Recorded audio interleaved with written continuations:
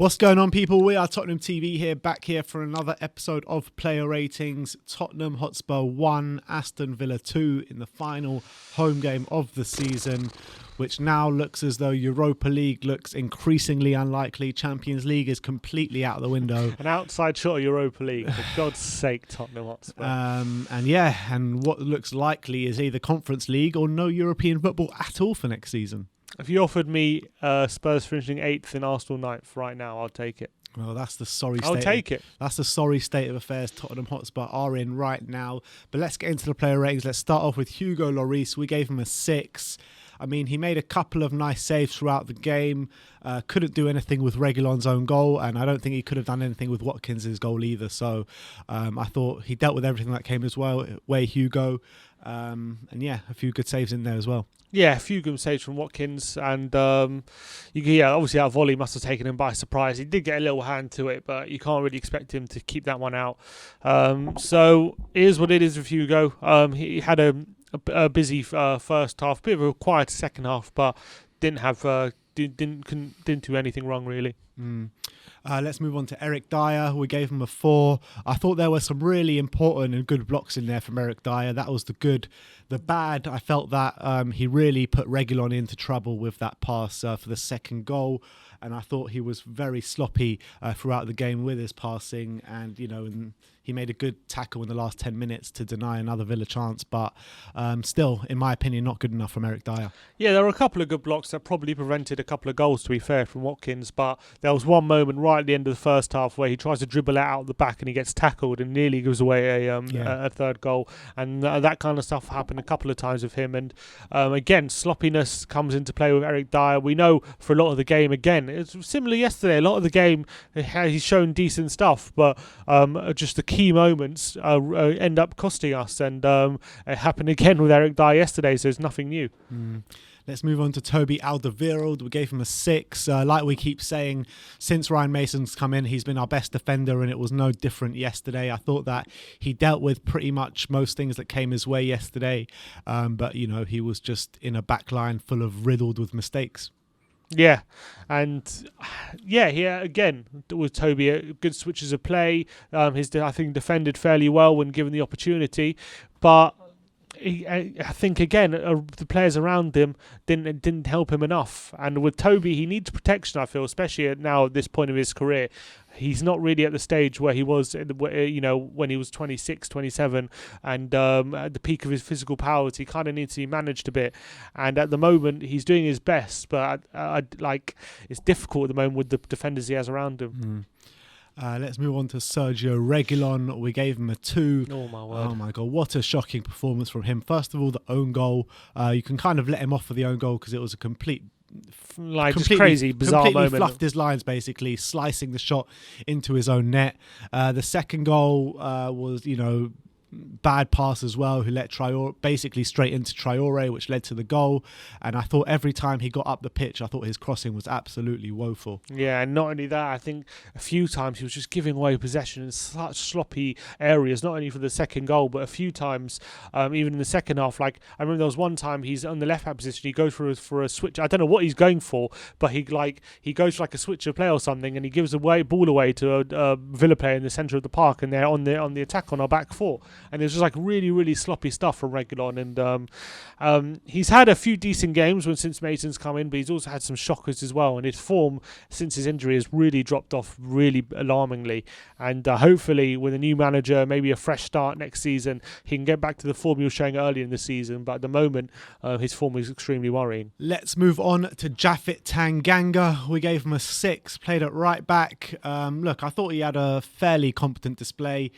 He was getting kind of having a really bad time of it of right back. He was having a lot of pressure on him, a lot of, I thought they were overloading him a bit on that right-hand side. But he put in some good blocks, some good challenges. Definitely not one of the weakest in our back line, that's for sure. But unfortunately, he got stretchered off with around 20 minutes to go, which looked like a really bad injury. He looked really hurt.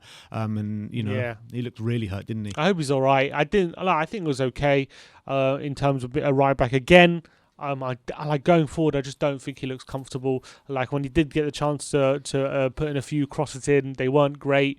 I don't think he gets forward that well. But defensively, he was all right, and he didn't get beaten too many times. I thought he dealt with El Ghazi fairly well. But whenever Grealish, I felt, came over to that left hand side, he did kind of struggle. To be fair, so he wasn't awful, but it wasn't outstanding either. Let's move on to Pierre-Emerick Aubameyang. We gave him a 4. And after that brilliant display against Wolves, he just didn't back it up with anything. I mean, he's put 2 poor displays now in between a really good display against Wolves. So against Leeds, he was poor. Against Villa, he was poor. And in terms of his performance against Villa, I thought his passing was sloppy. I felt that he couldn't really put in a challenge for the rest of the game because he got that early booking. And, you know, his partner was a lot worse than him, but still not that much better from Pierre. Yeah, I mean, he gave the ball away in some really bad areas, and he got a yellow card early in the game, and that really hampered him, didn't it? A few times he had to pull out of a challenge when he was wrestling with a player, and he could have easily, a few times, if he makes any contact, he could have been sent off. So that definitely hurt him in terms of that. I think his passing was all right throughout the game. It wasn't as sloppy as it has been, but he just looked off the ball, especially. He looked a bit off the pace, and maybe, again, it's a case of playing so many games because he played 90 minutes on the Sunday, and then he's playing another 90 minutes. He has to do so much running in this Tottenham team, especially next to a player like Harry Winks. He just struggled. So poor day, unfortunately, for Pierre.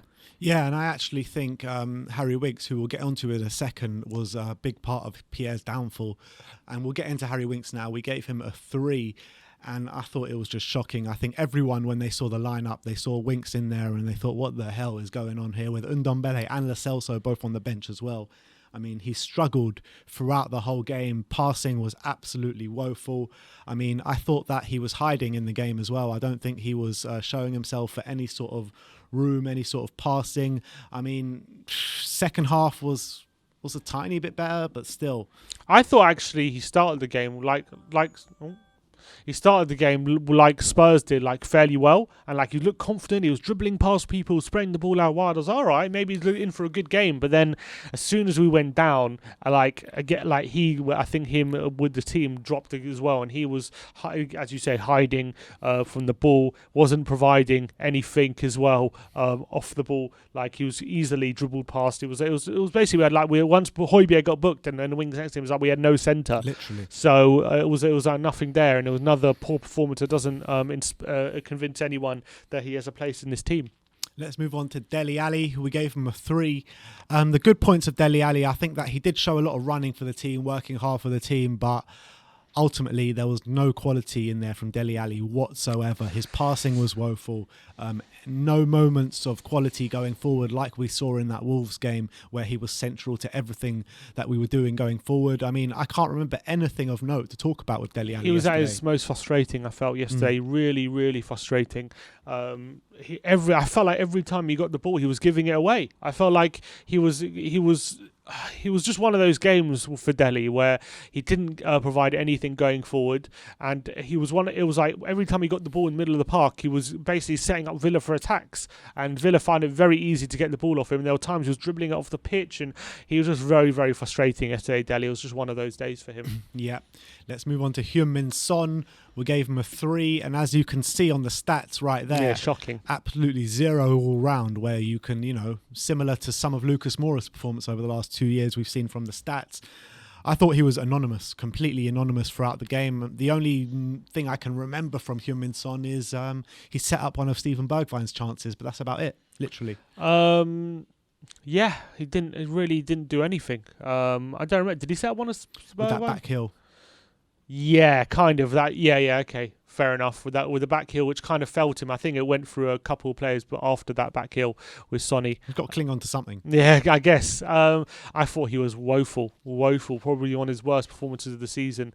And it was very, very disappointing from Sonny in it. And after it, I thought his form had been picking up a bit since Mason came in, but that was another example of him dropping off. Yeah. Let's move on to Steven Bergwijn. We gave him a 7. Now, Steven Bergwijn, he hasn't been in the side for a while. Obviously, hadn't scored a goal all season until yesterday. And what a goal. What a brilliant goal. Beating 2-3 men on his way and rifling it into the top corner. So really good goal from Steven Bergwijn. And what I want to say on Steven Bergwijn, he was the only one grabbing the ball, trying to make stuff happen. He was the only one that was getting shots on goal. I think he had 3 shots on target throughout the whole game, which you could argue that he should have done better with at least one of them, should have had at least 2 goals on the day. But look, I think Steven Bergwijn started this game with a point to prove, and I think he did prove a point yesterday. 100%. I think Bergwijn was definitely our brightest spark. Unfortunately, he was the player who got hooked after 70 minutes or so. Unfortunately for him, but he was the only one who showed a bit of a threat going forward. He was the one having shots on target, and obviously he scored a great goal, and the goal he made all himself as well. So credit to Bergwijn. I'm happy for him that he had a good display, and unfortunately for him, it wasn't enough to carry on into the second half. And I mean, he'll be disappointed. He probably didn't get more than 1 goal, to be honest. But he did more than any other attacker on the pitch. So fair play to him. And the last of the starting 11, Harry Kane, we gave him a 5. In a game where you really expected, everyone was expecting Kane to perform this game, and seeing as it could have been his last game at the Tottenham Hotspur Stadium for Tottenham. But I didn't think he got involved at all, really, during the game. There was a couple of moments here and there, but ultimately, I don't think he got involved. You could see him getting frustrated with the players around him.